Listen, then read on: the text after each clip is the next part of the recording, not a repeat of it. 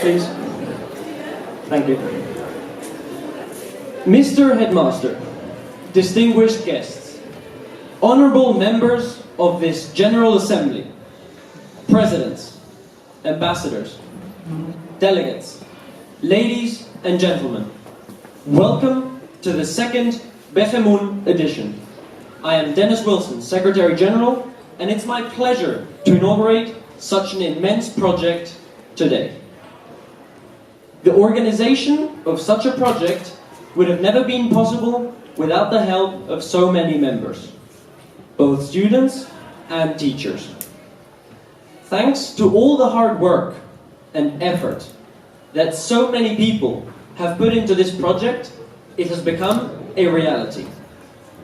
First of all, I would like to thank Juan Francisco Gutierrez, President of the BG-MUN Association, promoter of this project, who has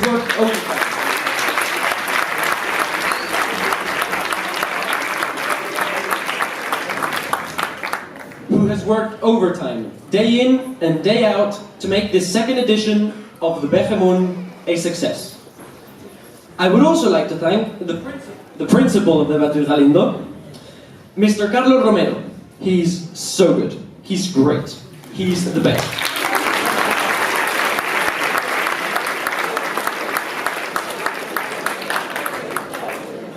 All other principals, fake principals. He has believed in this project since the beginning and has helped us every time he had nothing else to do. His energy and transparency allow us to sit here today and enjoy not only the BG-MUN, but also the beautiful Beatriz Galindo High School. I also thank the Secretary, Mr. Antonio Blázquez, and the Deputy Head Teacher, Mr. Francisco Mayor, for their full confidence in this project and for their help in completing this United Nations simulation.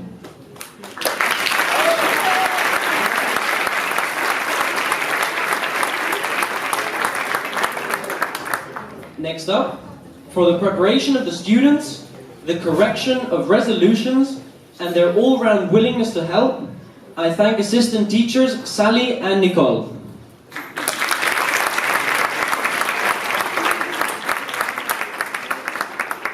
Furthermore, I have to thank the members of the BG-MUN Association, promoter of this project. More specifically, I would like to thank Miguel Etallo, Paula Zurdo, Pablo Ayala, Silvia Sánchez, Héctor Fernández, Ekaterina Svetoslavova, Daniel Hernández, Javier Baraíbar, Sofía Leal Lasalle, Ela Sandín, Arturo Pastor, Alexander Schulte, Francisco Berjaga, and many more who have invested so much of their time in getting us all here.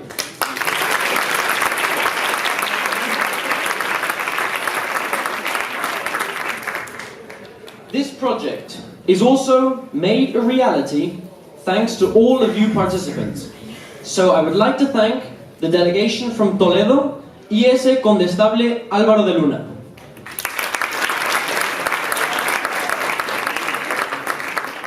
The delegations from Madrid, IS Mirasierra.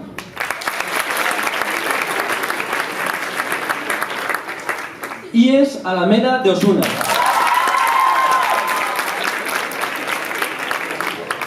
IS Salvador Dalí. IS Ramiro de Maeztu. IS Manuel de Falla. And of course the participants from IS Beatriz Galindo.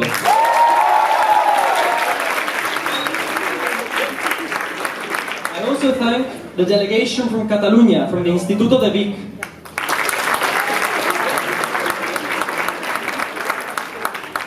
Last but not least, I'd like to give a special thanks and a warm welcome to all foreign delegations. Le lycée Paul-Louis Courrier from Tours, France. Bienvenue.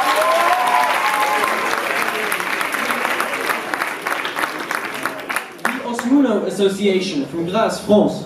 Bienvenue.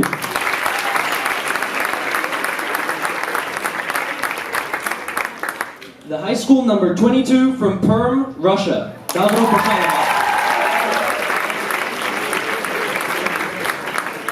and the lycée André Malraux from Rabat, Morocco.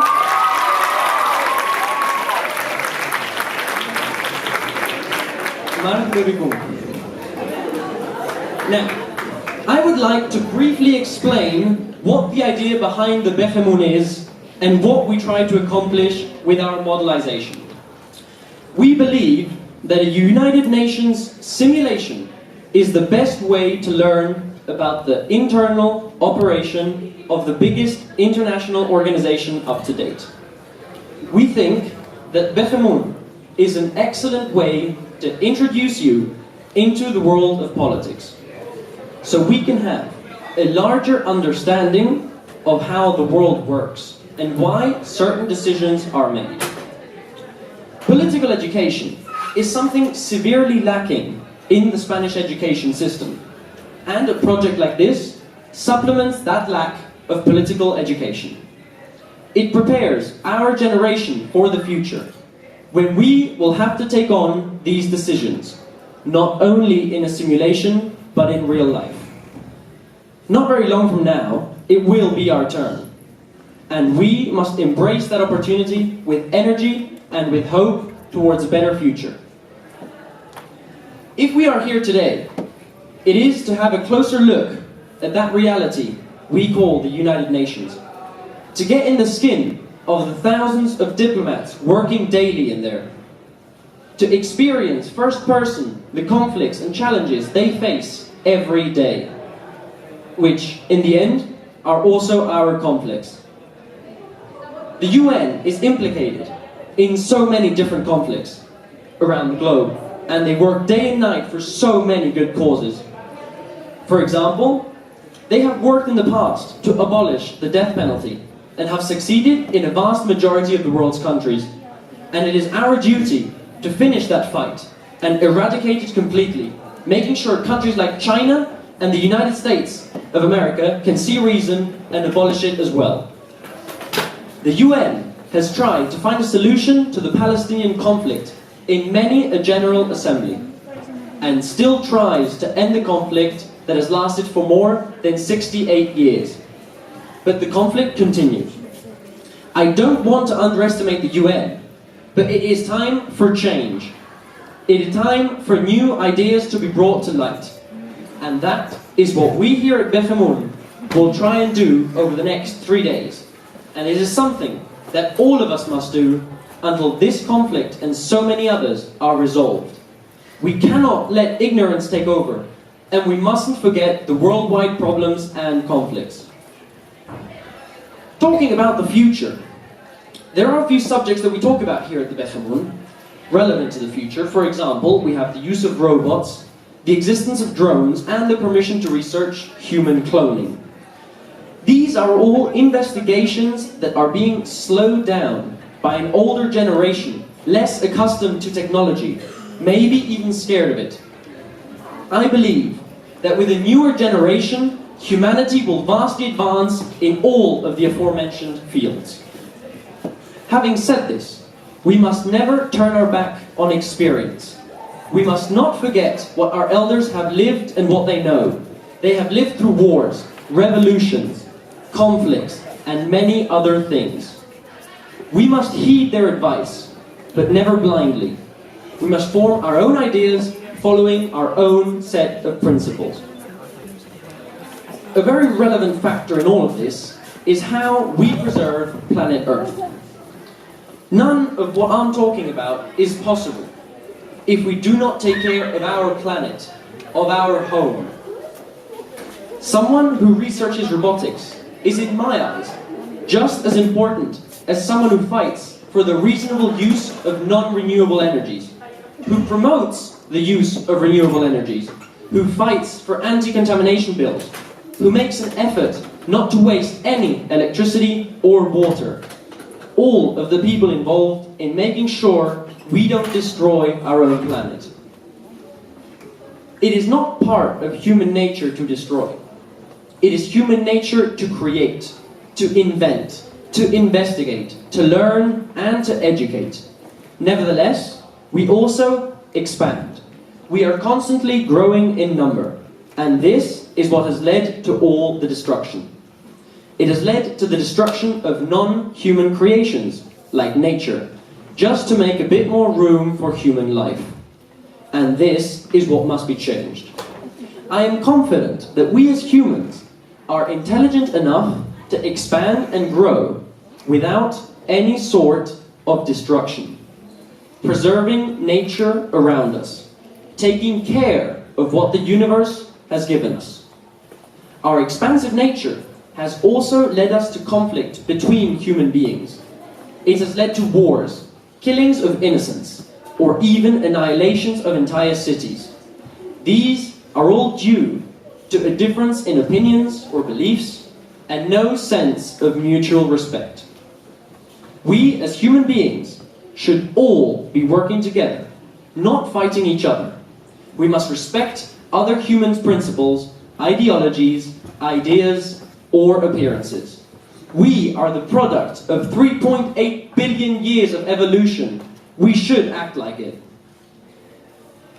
I would like to share a quote from Stephen Hawking, which goes as follows. Intelligence is the ability to adapt to change. This is what our world needs. It needs change. It needs new ways of thinking. It needs to adapt to all the different ideas and mentalities which are born with every single new individual. If we can adapt to these changes, if we can preserve the planet, if we can take up the responsibility we have towards other species, and more importantly, if we can all respect each other, we can prove that the human race is truly intelligent. Lately, I've heard a lot of people saying that the election of Donald Trump to the presidency of the United States of America indicates the beginning of the end of the world. That humanity is not progressing. That we are doing something wrong. I do not believe this is the case. I do not believe we can give up that easily. We must fight for what we believe in. We must fight for human rights.